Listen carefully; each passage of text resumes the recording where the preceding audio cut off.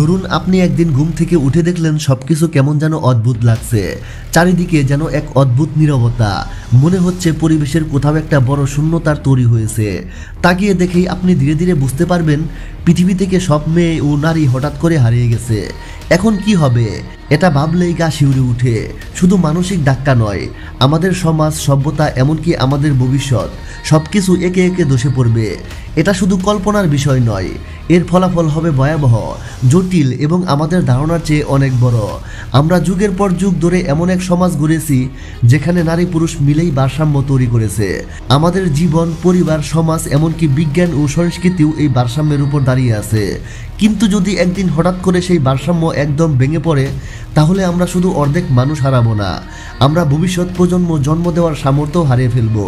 এটা শুধু সংকট নয়, এটা পুরো মানব জাতির অস্তিত্বের প্রশ্ন। চলুন তাহলে ধাপে ধাপে দেখি এই ভয়ঙ্কর কল্পনা যদি বাস্তব হতো তাহলে কি ঘটতো।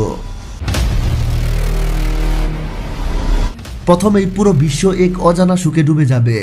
মা, বোন, স্ত্রী, মেয়ে সব হারিয়ে যাবে। মানুষ মানসিকভাবে ভেঙে পড়বে। কিন্তু এই মানসিক আঘাতের বাইরেও আসবে ভয়ঙ্কর বাস্তবতা। হাসপাতাল, স্কুল, অফিস, ব্যাংক, সরকারি অফিস সব জায়গায় হঠাৎ জনবল কমে যাবে। বিশ্ব অর্থনীতি হঠাৎ থেমে যাবে। কারণ নারীরা শুধু ঘরের কাজই করে না, তারা ডাক্তার, নার্স, শিক্ষিকা, প্রশাসক, বৈজ্ঞানিক প্রতিটি গুরুত্বপূর্ণ জায়গায় কাজ করেন। বিশেষজ্ঞরা বলেন নারীদের অংশগ্রহণ ছাড়া সমাজে স্থিতিশীলতা রাখা সম্ভব নয়। একটি রিপোর্টেও বলা হয়েছে নারীদের অর্থনৈতিক ভূমিকা বিশ্ব অর্থনীতির মেরুদণ্ড। তাহলে তারা হঠাৎ করে হারিয়ে গেলে বিশ্বজুড়ে বিপর্যয় দেখা দেবে, চাহিদা যোগানের ভারসাম্য ভেঙে পড়বে, আর শুরু হবে ইতিহাসের সবচেয়ে বড় অর্থনৈতিক বিপর্যয়। তাদের হারিয়ে যাওয়ার ফলে পুরো অর্থনৈতিক ব্যবস্থা ধসে পড়বে। কিছুদিন পর সুখ বদলে যাবে রাগ, আতঙ্ক আর হিংসায়। মানুষ ক্ষুব্ধ হবে, নিরাপত্তা ব্যবস্থা ভেঙে পড়বে, সারা বিশ্বে বিশৃঙ্খলা ছড়িয়ে পড়বে। পুলিশ, সেনাবাহিনী, প্রশাসন, যাদের অনেকেই নারীদের হারিয়ে শোকাহত, তারা আর সঠিকভাবে দায়িত্ব পালন করতে পারবে না। এটা শুধু অনুমান না, এক গবেষণায় বলা হয়েছে যেখানে নারী পুরুষের ভারসাম্য নেই সেখানে অস্থিরতা বাড়ে।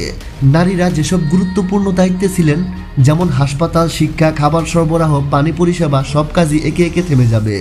এটা কাউকে দোষ দেওয়ার বিষয় না, বরং এটা বুঝিয়ে দেয় এই সমাজে আমরা সবাই একে অপরের উপর নির্ভরশীল। এই সময়ে মানুষ বুঝবে সবচেয়ে বড় বিপদ কি। নারী না থাকলে ভবিষ্যতে নতুন কোনো শিশু আর জন্মাবে না, সন্তান জন্মানো অসম্ভব হয়ে পড়বে, ফার্টিলিটি ক্লিনিক, চিকিৎসা সব থেমে যাবে। মানব জাতির শেষ প্রজন্ম এখন বেঁচে আছে, এরপর আর কেউ আসবে না।